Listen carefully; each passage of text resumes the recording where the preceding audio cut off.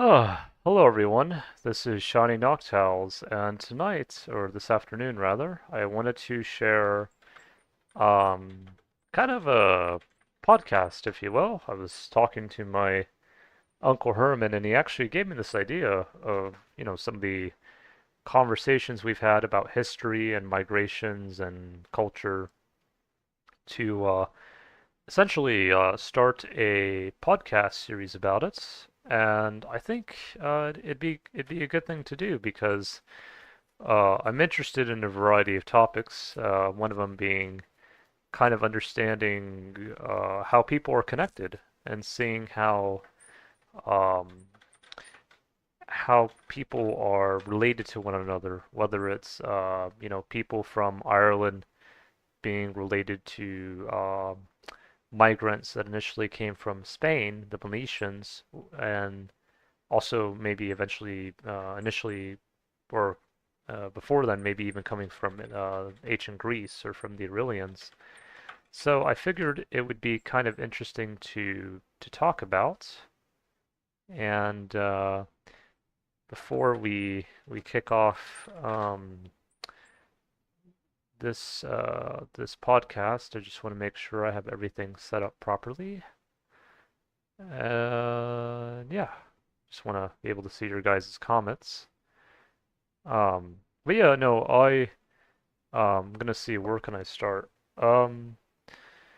So I've been doing a lot of research on my ancestry and on migrational DNA, and I have found out a couple of interesting things. One of them being that um, my ancestry connects to pretty much almost the entire world, whether it comes from the Scottish Highlanders, from Irish, from Croatians, from Spanish to French, to Norse Scandinavian people, to Germans, even to people from North Africa, like people from Morocco, Egypt, and even to some of the Native Americans. And so and also a little bit of sub-Saharan African and maybe even a potential connection to Japan and China from long ago when the Native Americans migrated to the Americas thousands of years ago.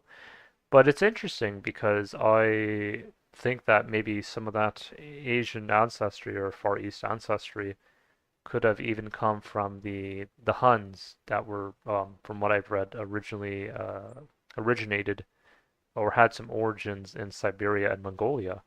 So actually, funnily enough, when I look at some Vietnamese people, there's this one YouTuber that I watch where she essentially does videos about her and her German boyfriend.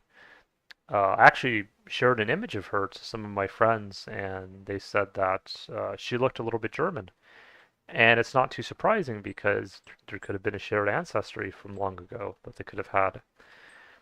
And I think it just shows how we really are all connected. If people say, my ancestors came from this one little tiny spot, and we never mixed with anyone else, or we never had anyone else come to our lands. A lot of the times it's not exactly true because people, surprise, surprise, have migrated for thousands of years, and they have migrated to a variety of different areas. So, and it's not to necessarily take away from anyone's culture.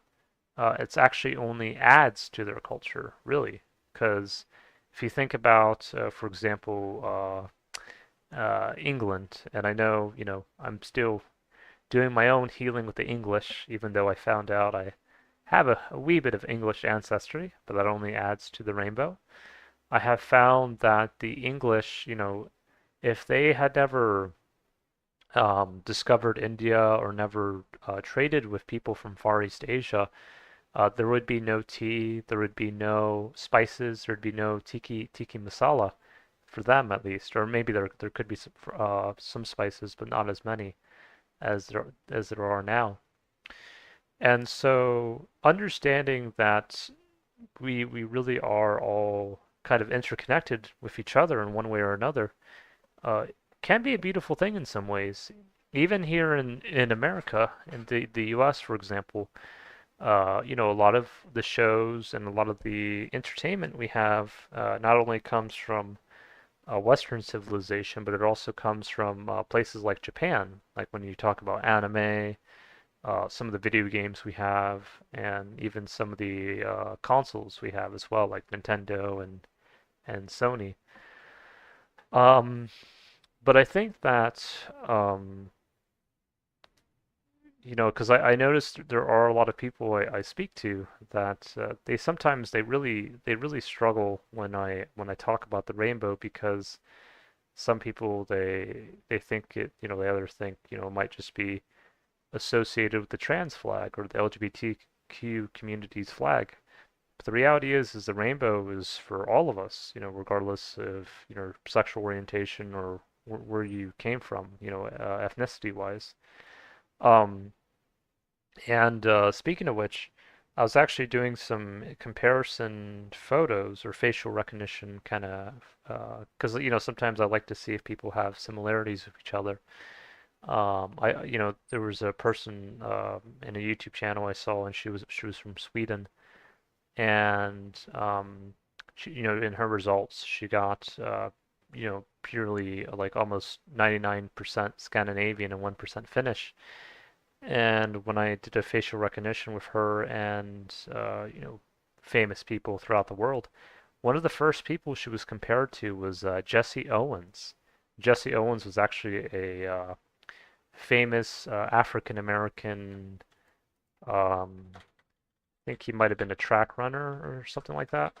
But anyways, I was. I'm gonna just make sure. Yeah, he was a American track and field athlete who won 4 gold medals at the Olympic Games. I actually, saw a photo of him and her, and they almost looked identical facially. They had a similar, jawline, similar, the way just kind of their face looked. And of course, they might have different hair color, different skin tone, different eye color. But it just shows that there could have been a potential migration out of Africa to maybe Scandinavia long ago, actually. And I remember I read this one kind of quote that this one kind of article that talked about that one of the Saxon kings, actually, he told his people, the Saxons and us, we were once enemies, but I've learned to heal with them, just as I have with the English. The Saxon kings told his people, do not look down on people, for you were once looked down in Egypt, which means that, they could have had an ancestry that could have gone back to the times of Egypt. And I wouldn't be surprised if maybe there could have been some tribes from Niger or Mali who may have migrated to Egypt, maybe. And then they migrated out of Egypt, and then the rest is history.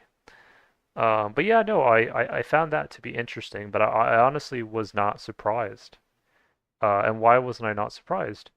Well, because it's kind of like I don't know if any of you have watched the SpongeBob series, but there's an episode where there's this guy, his name is Bubble Bass, and Bubble Bass, he's always, he's going to SpongeBob and saying, your Krabby Patty doesn't have pickles in it. But the reality is that Bubble Bass was hiding the pickles under his tongue the whole time.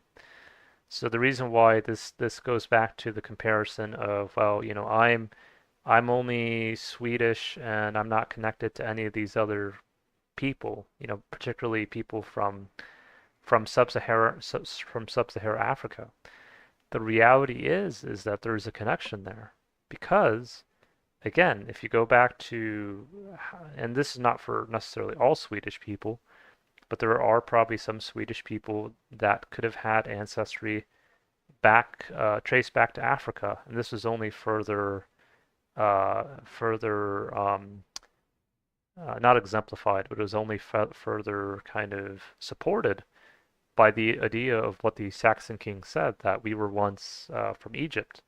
and there could have also been, some Saxon ancestry connected to the some of the Swedish people potentially. So there is that connection, and and I think in time that will help open them up. So if at first they look at a person from Niger or Mali and they say, I'm not really connected to this person, they might very well be, because I've read about the Doga tribe, and I'm also interested in star seeds and kind of the idea of that, some people came from the stars and they came to the earth. And I actually watch this YouTuber called Debbie Solaris sometimes, and she's actually done some videos where she talks to a variety of people and she kind of speaks to them about their either past life experiences or just kind of their connection to the stars.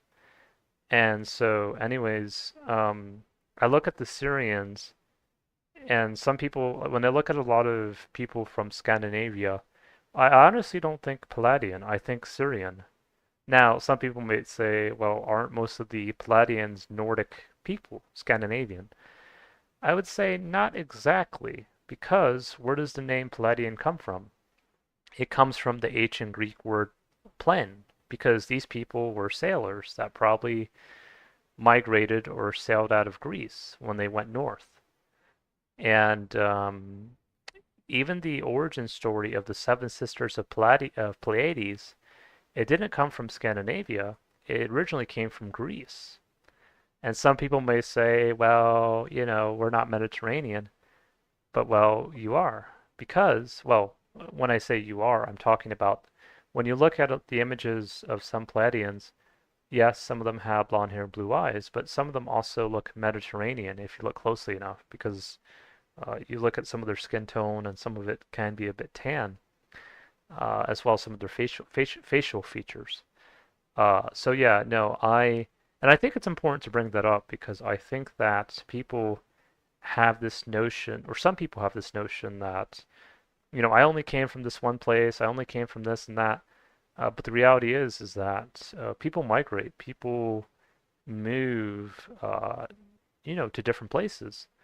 And so for me, it was kind of funny because I shared an image of some of the Palladians to my dad's wife, Julie, and she told me, I can make you look like Palladian if I dyed your hair blonde.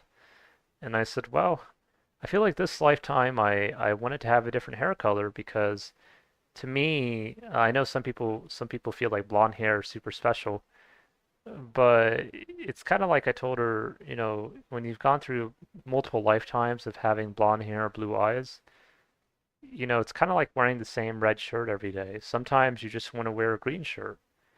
And you still have this spirit inside of you that is still connected to, for example, Pleiades. But you're like, I don't want to keep just wearing the same shirt. I want to wear a green shirt now. And so that's just how it is. And actually, that's a good thing because if we only stay the same thing all the time, we become stagnant. We become like the river, where if the river stops flowing, if it stops changing, then there's going to be it's going to be stagnant, and that can be a problem. And actually, there's been some countries such as Japan that has already seen the writing on the wall that if we don't if we don't learn to be more open-minded and kind of allow other people of different cultures or different looks to come into our land, our people are going to disappear or going to fade away. And the thing is that people don't have to, because I know there's a lot of things going around about this whole great replacement. Really, I call it nonsense. And why do I call it nonsense? Well, because to me, I think a lot of people they'll say, "Well, I'm afraid, if we let all these people from these different countries come in, our culture is going to be, completely replaced." But that's not exactly true. Why is that the case? Well, because well, people when they migrate, they will combine with other cultures, and it's not necessarily replacing, it's really adding to. So think about what I've spoken about earlier about when the Milesians they came to Ireland. Well, yes, they came from Spain and they went to Ireland, and there were already a group of people there known as the Tuatha De Danann, which are the ancestral deities of the Irish. But they eventually melded together in time. So it wasn't like, okay, the Milesian, he's going to be 100%, the head honcho. That's not how it worked. Actually, they had to learn how to work with the Tuatha De Danann, because if they didn't, they themselves would have probably been in trouble. So that the reality is that we come together. It's not just a zero or one. It's not like, okay, I'm a zero now, or I'm a one now, or I'm white or I'm black now. It's more so we meld together like a rainbow, and we come together. We really bring all our colors together, and this is what it's all about. It's really because, for example, imagine if Italians or the Romans never came to the Isles. And I will say, I've had to deal with the Romans as well, because the Romans, they weren't always perfect themselves, even though technically it's part of my rainbow now. But if they never came, we may not have had pizza or pasta come to our islands. And pizza and pasta is pretty good, I'll have to say. Or even this idea about one of the national dishes of Ireland being the potato. Well, back in the 1300s, we didn't have potatoes because we hadn't discovered the New World yet. We had cabbage. But, if they didn't allow the potato to come to Ireland from the Americas, then, there would be no potato dishes, in Ireland. So the reality is that, we really have to understand that. And of course, we can still be ourselves. We can be individuals. But when people are afraid about, I'm going to be replaced, I'm going to be replaced, I'm going to be replaced, people have to understand you might have once replaced yourself. And the person might look at me and say, how can you say that? And I would say, well, think about what I told you about how the Swedish person and how the person from Niger looked similar. So the person from Sweden might have replaced how the ancestor looked, because back 5,000 years ago, her ancestor could have had really dark skin, certain eye color, a certain kinky hair. But as time went on, those features changed, and she is what she is now. Um, and of course, they are both probably connected to Ceres, but there could also be a connection to Orion. But also that's why there's had to be this healing with the grays, the gray star seeds, and the really the whole star race, because sometimes people think there's only 50 shades of gray, but people have to understand there's really 50 shades of rainbow, and there is a silver lining. Even in that gray, there is a silver lining. There is that healing rainbow that comes out of it, or that can come out of it rather. And so this is what it's all about. It's all about understanding that it's funny because I talked to my Uncle Herman quite a bit, and there was a time where he actually got into a fight with some Cherokees because he was like, "I'm not a Mexican." But then I told him, "Well, listen here. There was a time where the Irish actually fought with the Mexicans during the American-Mexican War, and there was a time where there were indigenous tribes somewhat connected to the Mexicans, like the Hopi, or not the Hopi, but the Choctaw people, and as well as the Cherokee people, that helped our people in Ireland when they were starving during the famine. And actually, during COVID, there were Irish actually back in the Isle who raised $10 million for the Navajo and Hopi people, because they understood, they had helped us in the past, or their people helped us in the past, so we want to help them. And that was a good thing indeed. And yeah, it's one of those things where we have to understand that um, it's not always going to be sunshine and roses. You know, sometimes you're going to face those storms that are going to challenge you. But it's how you keep yourself strong and how you see that, still believe in that rainbow that will shine again through those gray skies or through that dark cloud that will heal you and bring healing indeed.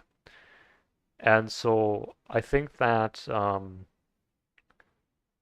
it was kind of funny how my uncle asked me today, are you saying that some of the Celts and Gaels had ancestors from the Mediterranean? And I'm sure maybe even Debbie would probably get a kick out of this because she's like, "Yay, go Italian." I tell her, well, not all the Mediterranean people are just Italians, but I will have to say Italian food is very good. But anyways, um, you know, I think that people have to understand that the Mediterranean people, when I think about the origins of Mediterraneans, I don't just think about Italy or the Etruscans.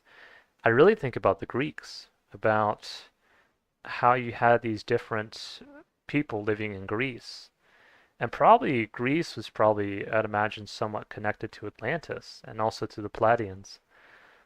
And so there's a lot to learn from the Greeks, actually. I know a lot of people, they will learn a lot from ancient Egypt, and there is a lot to learn from ancient Egypt. Uh, Ancient Egypt to me also feels like it has a connection to the Lyrans, you know, because Egypt was very big on cats and things like that as well. But Greece has a lot of things that it shared as well, such as democracy, such as great food. If you've ever had I'm gonna see what the Greek dish is called. It's called I think it's called a spano copita. Yeah, it's basically a dish that my mom would used to make me where it's basically falafel dough, feta cheese, and spinach, and it is out of this world. Like I will tell you, it could challenge some Italian food. Even though I'm sure probably some of the South Italians would say, well, the Greeks are our brothers anyways, so you know. And the North Italians are like, wait, don't forget about us. You know, we're also part Celtic, but we really are all interconnected in a way. And yeah, it's really silly. It's funny, and it's silly. But anyways, yeah, I think that the Greeks really actually when I play Final Fantasy 14 and when we go to Elpis, a lot of it is inspired by the Greeks because I think Elpis, that name for the ancient civilization of the ancients, it meant hope in ancient Greek. And so if people just say these people just came out of Northern Europe, I would really challenge that actually. I would say it was really probably, in my idea, or my way, at least the way I look at it, is there were probably people from really Greece who migrated north, and they may have mixed with some people who were already in Scandinavia, and then they became what we know maybe as the Nordic people of today, or at least one group. I'm not saying all groups. I could see Bjorn saying, "Well, what about me and the sons of Odin?" And I would say, well, some people say that the people of Odin came out of the country of Georgia, which is south of Russia. Some people also say that Odin was also connected to Attila the Hun or to the Huns, that there may have been a connection going back to Mongolia and Siberia. And I've read an article as well that said that even the Norse gods, the Azir, may have been connected to the coming of the Asians potentially. Now, this is all kind of something I'd have to read deeper into, but these are some things I have read about. And I don't think it's something that people should just immediately dismiss because if there is a connection to people from Far East Asia or a connection to people from Greece, people should be willing to maybe read into it and not just say, "Oh, that can't be possible. That's a complete fallacy." No, that's actually not. It's actually something that I feel that, and there are times where people they don't want to know this because if they do, it's like, well, then it takes me off my pedestal. It takes me off my tower. But sometimes you have to be taken off your tower. Sometimes it has to crumble so new things can emerge. Some people they want to be the head I think they call it the head kahuna. Yeah, I want to be the big boss. I want to be the head kahuna. I want to be the CEO or the manager or whatever you want to call it. But sometimes you have to understand that man is not just an island. Even the people of Papua New Guinea in a really small island would probably agree with that. That there were people who either had to sail there or come together to help each other. And so yeah, and uh, I know some people might laugh because I tend to be very creative when I come up with some of these examples. They're like, where'd you get Papua New Guinea from? It's like, well, it's a country, it's a place, it does exist. And so it really is fascinating to learn about all this, and with understanding all these cultures also comes great food, typically. Now, as my stepbrother would say, sometimes there are some cultures that have needed to work a bit better on food. One of them being the English. But that's why, if they're saying, yeah, we don't want anyone but just Anglo-Saxons live in England. It's like, all right, no more pizza. Wait, what? Well, that's Italian. Well, no more tikka masala. Wait, what? That's Indian. Wait, no more tea. Wait, that's Asian. No, I want the food. Yeah, that's it. That's what people have to re recognize is that if you're gonna say, you can't be here unless if you're, this ethnicity or this color or this whatever. It's like, all right, we're packing up, boys. We're packing up the pizza. We're packing up the tea. We're packing up the tiki masala. All right, let's go. Wait a minute. Yeah, but that's it. That's as simple as that. Um, or you want to kick out all these these Mexicans. Well, where's my good Mexican food? Oh wait, I need help picking up the, these this harvest, And so yeah, you people uh if they want to stop the dam from flowing or stop the river from flowing, then they may not get that water they need. And they might say, wait, where's our water? Where's my share, as my uncle would say. And I would say, well, you chose to stop the river from flowing, and so that's why you're not getting any water, because you chose to stop the flow. And so yeah, it's very interesting to think about because I feel like sometimes you really have to help people because sometimes they really struggle with having a change in perspective. Sometimes they just want to be in a box, but that's not how it always works. Um, and uh, and yeah, it's not just about 9 to 5. I'm gonna make a ton of money and I'm gonna go home and not talk to anyone. Because the reality is you're not gonna take that money with you. You can make trillions of dollars, but if you never build any meaningful connection with anyone, um, then that's it. You just return to the earth and or you go back to the stars and people might say, why did I spend all that money just all that time just being a banker and not really connecting with other people? I made a ton of money, but I didn't really feel fulfilled.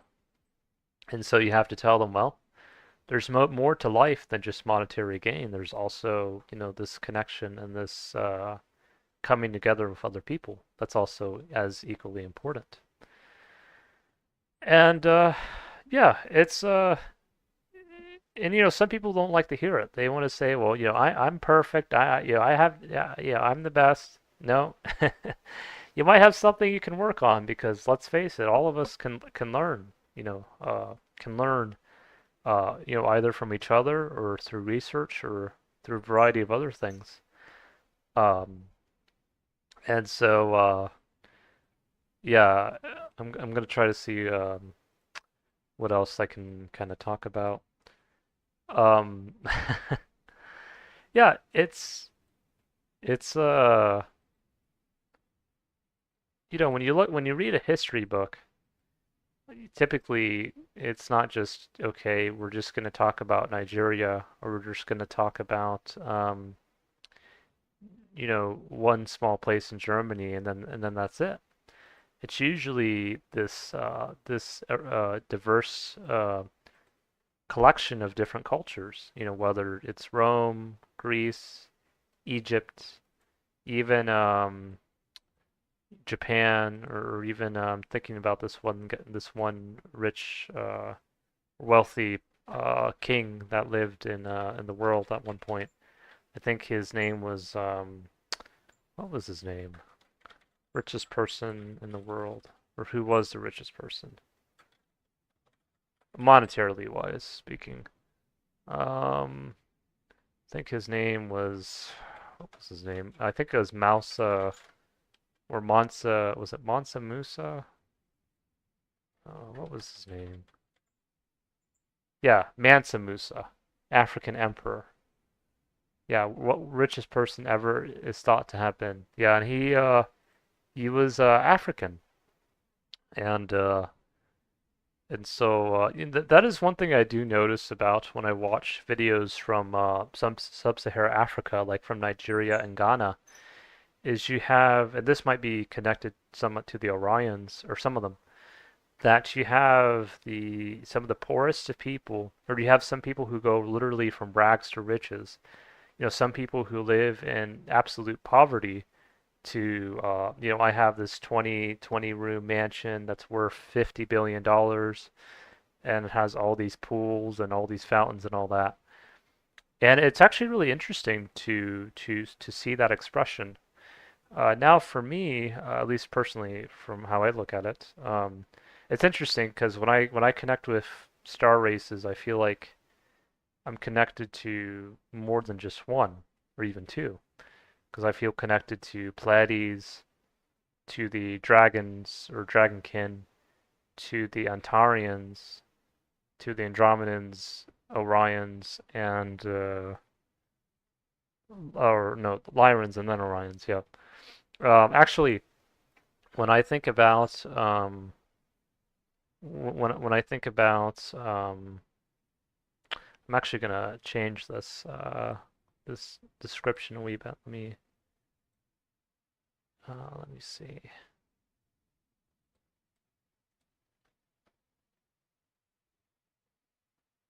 Uh, I'm gonna just write stars here.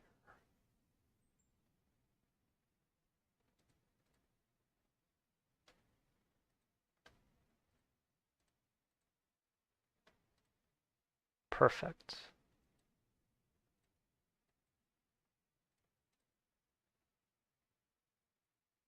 Yeah.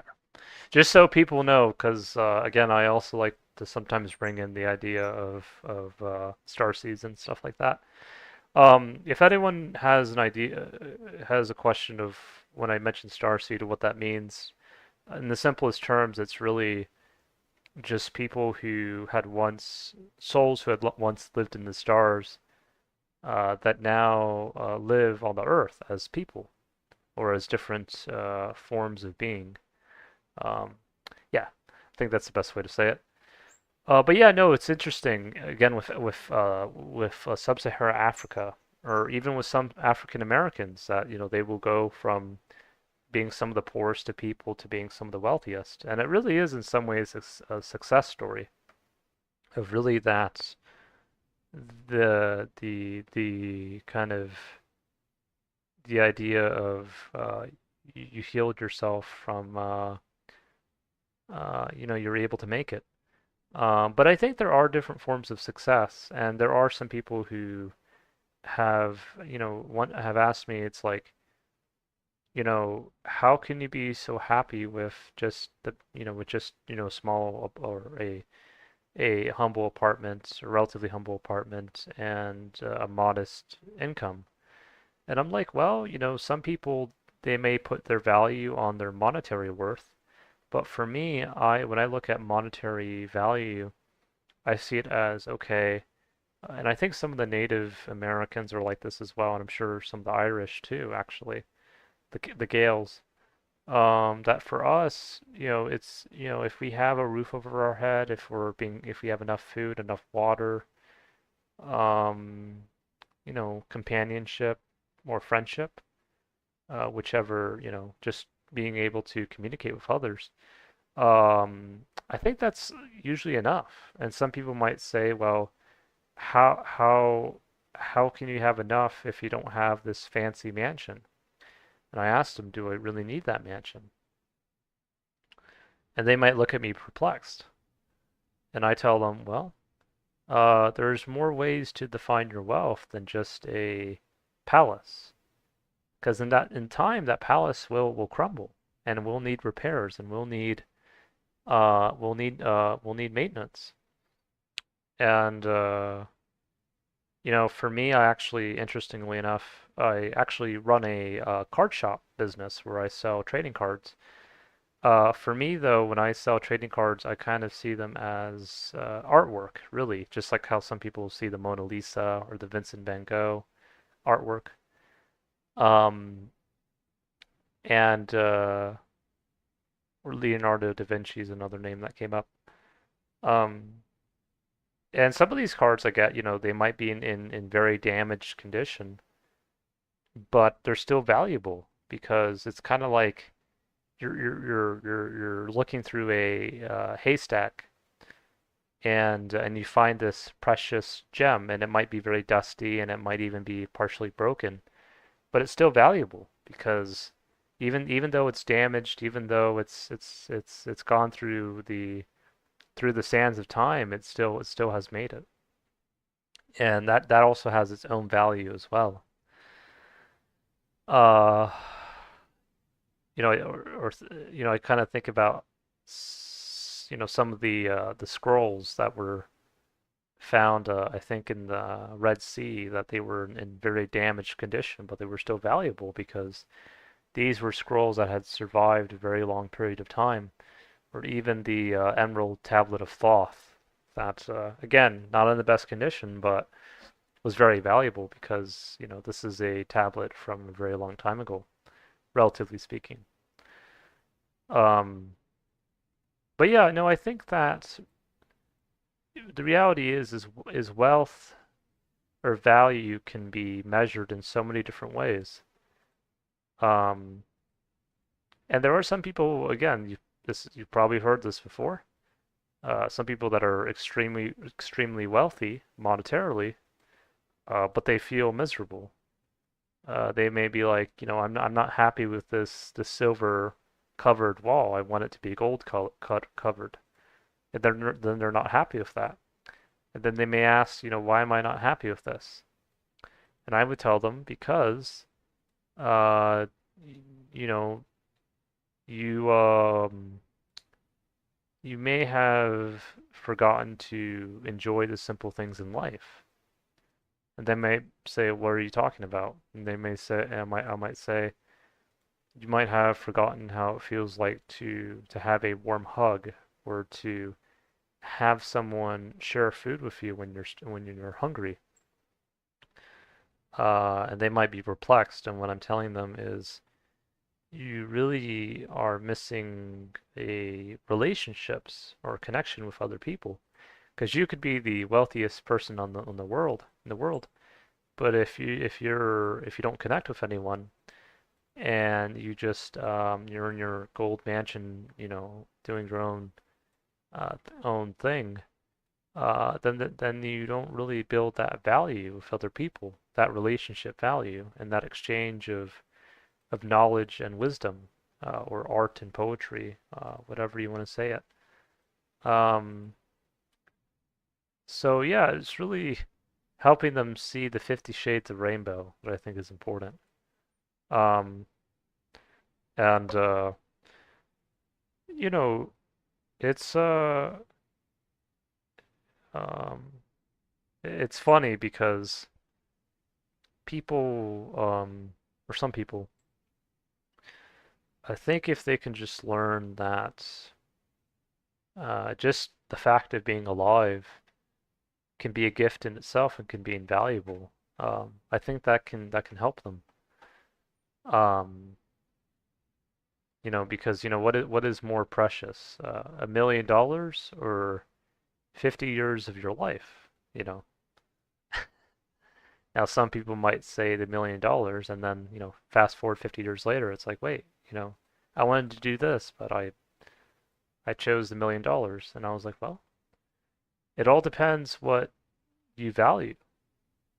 And the reason why I say this is because I notice there are a lot of people, typically in their 50s or 60s, who only start really learning about this at their age. Now, I would say people my age, because I'm currently 28 years old physically, though I might still have some physical growth yet to do. I might be a late bloomer. Um, some people, they might just be focused on, how much money am I making every month or every year, or who's going to be my next romantic endeavor, however way you want to paint it. Um, I think the thing is that while you're doing that, and you can do that, but you can also learn about world history, or learn about the Milesians, or learn about all these different connections. And there are some people my age that are starting to do that now, thankfully enough. Because again, you have to understand that if people that are older than us physically are already understanding, gosh, it would have been nice if I had learned about this when I was younger. I think that is already a sign of needing to also incorporate that growth at an earlier age physically as well. And now I know you might say, why do you keep using the word physically? And I say because, some people are what they call old souls, or some people have been on the earth, been to the earth, lived on the earth for many lifetimes. And so that's why you could hear someone, they could be, 5 or 6 years old, but they could be asking adult-like questions. Actually, that's what my Uncle Herman told me. He's like, yeah, this child, he's very young, but he's asking all these really deep philosophical questions. And that is because, when you've been around the park multiple times, you kind of know, how it kind of operates, or you've been on a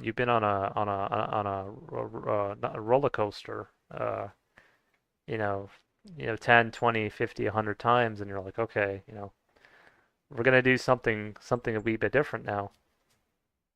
And yeah, no, I think it's really just a journey of us continuing to grow, continuing to learn, and and it really doesn't have to always be that complicated.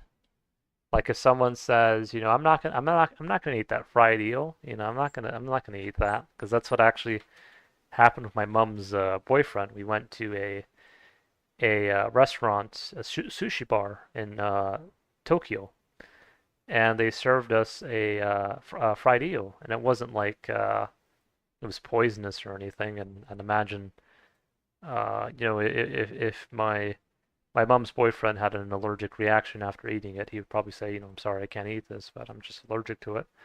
But no, it was more so like, no, I'm not going to eat that. Look at them eating that, whatever he wanted to he had this idea of filth in his mind or whatever it was. I'm like, all right, go ahead. And then he saw us liking it, and he's like, oh no, they're liking it. Like that's not good. Well, why am I miserable? Exactly. And so, he ended up trying it and he liked it. And so, you know, I'm like, it may not be your typical McDonald's hamburger, but it might be even better. Yeah, if you just give it a try, you fuck. Yeah, it's funny. Um, it's things like that, or even just understanding, there's some people even in Ireland that make the comment, oh, those Iberians, those Black Irish, they're not really Irish.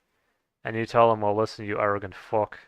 Our ancestors actually, Gallic ancestors came from Spain long ago, from Mil Ispan. And if you've ever read anything about Red Hugh O'Donnell, he actually went to the Spanish king with a book of invasions, and he told the Spanish king, "We are your people. We are the same people. 1,000 years, 2,000 years, that's nothing for what we're talking about."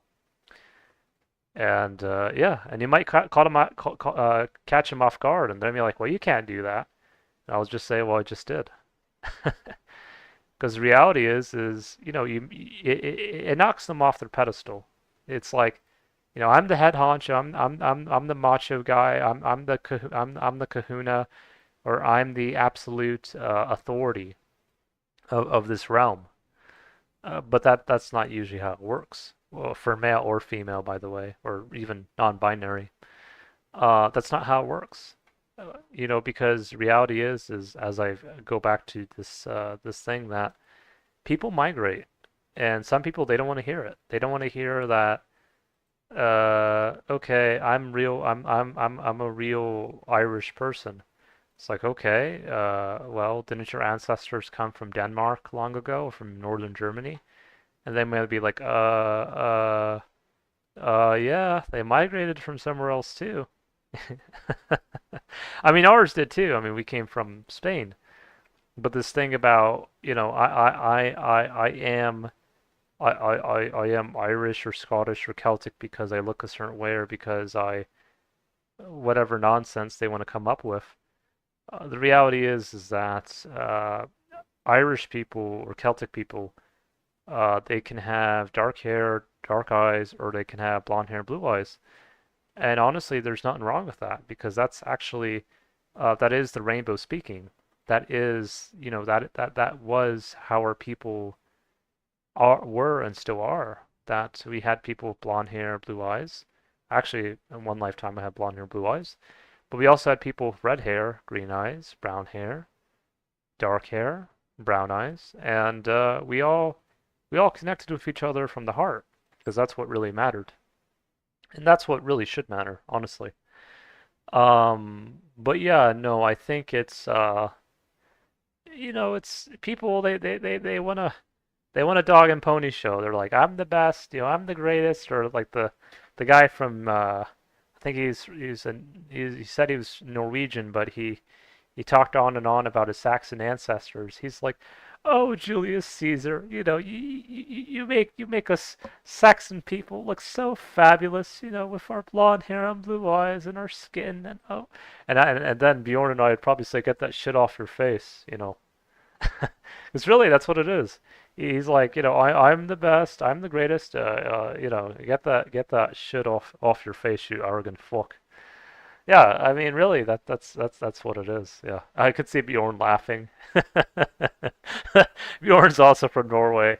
He's like, well, I don't look the same way he does, but I'm still Norwegian. I'm still a son of Odin. Yeah, no, that's what it is. They want to say, bow down before me. I'm the king. I'm the emperor. I'm the head to Kahuna. I'm your or even I'm your goddess, and you can't defy me. And then you stand up and say, "Oh, that's not how it works." And actually, my mother Morgan would probably laugh, because she is a goddess that says you bow down to no one, including me. and she is the queen who resurrects the fallen warrior who essentially helps the king come to his own. Where even though he listens to her and he learns from her, he also listens to himself, and so there is that balance there. And so again, I know some people they don't want to hear it. They're like, you're taking me off my pedestal. You're taking me off my I don't want to say ego trip, but you're taking me. Yeah, that's it. That's it. I mean, really. I mean, that's how it is. It's they don't want to hear the truth. They don't want to hear that maybe they got help from an Italian chef, that made him some good pizza. It's like, okay, he's not Saxon Angle, but he sure makes some damn good pizza, I'll tell you that. So if you're gonna say, well, this chef, he should he should bow before me because I'm of this Saxon tribe or this Angle tribe. An Italian chef would probably say, well, I'm packing up. I'm going back to Italy. He's like, wait a minute, or your pizza. No, I'm going back, going back to Italy. No, yeah, no, not the pizza. No, I'm going. That's it. That's it. What actually might help that Saxon or Angle or whatever individual. I just call them stuck-up individual, and they could be from anywhere. They could be from Niger. They could be from Japan. They could be even from Papua New Guinea. But again, that Papua New Guinean, if the Italian chef went to Papua New Guinea and the Papua New Guinean said, "No, I'm not gonna have the pizza because you're not Papua New Guinean," the Italian chef goes away. It's like, wait a minute, no, you come back, come back, come back. Yeah, no, going, no, no. What would like so whether it's a Saxon or a Papua New Guinean, what would help them when they encounter the Italian chef is learn from him. How do you make the pizza? Okay, oh, you start with the dough, you put the toppings, you do this. Okay, well, would you like to have a family get together, or would you like to have a family, or would you like to and then it goes on and on. And so then there will come a point where you have a Papua New Guinea and a an Italian fusion pizza. Or even the same with the Saxon guy, All right, Julius, I confess, you got some good food. And I'm not just an arrogant fuck that just likes you praising me all day when my people were getting invaded. Yeah, it's really one of those things where we have, when we come together and we learn from each other, I think that's how we heal. And even if we fight each other at first, we come together and we say, well, maybe that Roman's not so bad. Maybe that Saxon, maybe he has a few things that he gets right, maybe that the English person, maybe it was good that we learned to have a shared language, even though I will say if the Saxons want to say, well, it was us that, we were the ones who inspired you all to speak a common language, I would say, well, not really, because what civilization wanted people to have a shared language? Well, it was actually the Romans. So really, well, I think I've gotten better with the Romans. I would say, because there were and still are good Romans. I would say is that there were some Romans who wanted a shared language. So people from different parts of the empire or different parts of pretty much the world could understand each other. And so, whether it was Latin, whether it was Spanish or English or whatever language, Papua New Guinean language, uh, there had to be a way people could understand each other. I'm actually going to see what's the native language in Papua New Guinea. Um, let's see. So the language would be Tok Pisin. Interesting. I actually like that. Tok Pisin. or Pisen, I think. Also, Hirimatu. Sounds a wee bit Japanese, or maybe there could be a connection.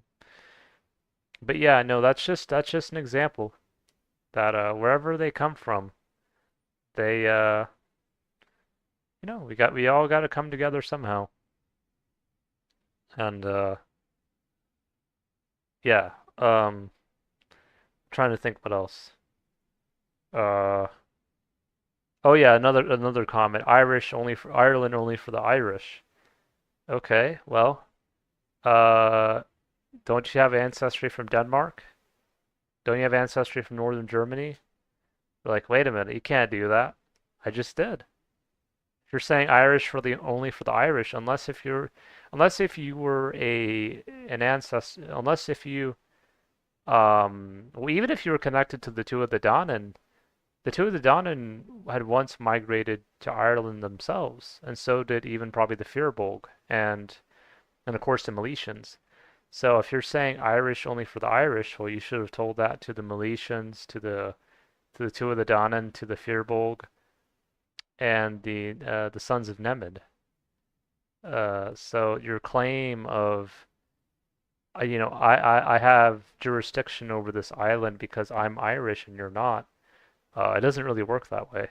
Um, but yeah, it really is silly. People they want to be the head kahuna. They want to be the boss. They want to be the CEO or the CFO or whatever title you want to give them.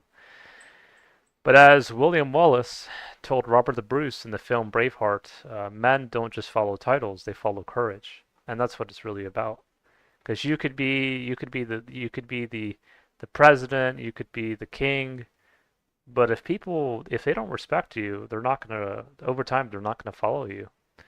And you could have all these plaques saying, I've been the king for this many years, or I've been the emperor, or I come from a long line of emperors and kings. But if people aren't going to follow you or respect you as an individual, then it doesn't matter how high of a tower you're standing on, because that tower is going to crumble, whether you like it or not, because you chose to forget about what really matters, and it's really about who you are as an individual as well. Um, but yeah, no, I just felt like I wanted to share that, guys. I figured I'd kind of do like almost around an hour long podcast because I think it's good to share these thoughts, these ideas, these kind of things that um, I can share with other people. And yeah, it's funny. It's I'm not a Mexican. I'm not anywhere other than just from Sweden. All right, I'll tell that to your Doga tribe member back in Mali or Niger. You know, I could see them laughing. They're like, ha ha, ah. No, I could see it. I could see it. They're like, oh no, we're connected. Well, maybe you could go to the Doga tribe and see, what's their local cuisine, and maybe you could have a Doga tribe Swedish fusion. Yeah, it's funny. And it might help them be more open-minded. Both the Doga and the Swedish descendant. From yeah. Yeah. I'm not saying all Swedish people are necessarily come from the Doga tribe or from Ceres, but it's just something I kind of laugh about because they're like, no, I'm not gonna eat anything else other than Swedish food. But it's like, all right, I guess we're gonna take away the Mexican Taco Fridays now. It's like, wait a minute, no, you know. But yeah, no, that's pretty much it. That's yeah, no, actually. I thought the Taco Friday was only in Norway, but it's also in Sweden. So it's like, okay, you don't want Mexicans? All right, taking away the food. Yeah, no, it's silly. But anyways, guys, I think I'm gonna be heading out for now. I figured I just wanted to share that with you all, and let me know if you find any of it interesting or fascinating, or if you got a good chuckle out of it, and all in good fun, of course. But anyways, hope you all take care. Slán go full. Bye for now.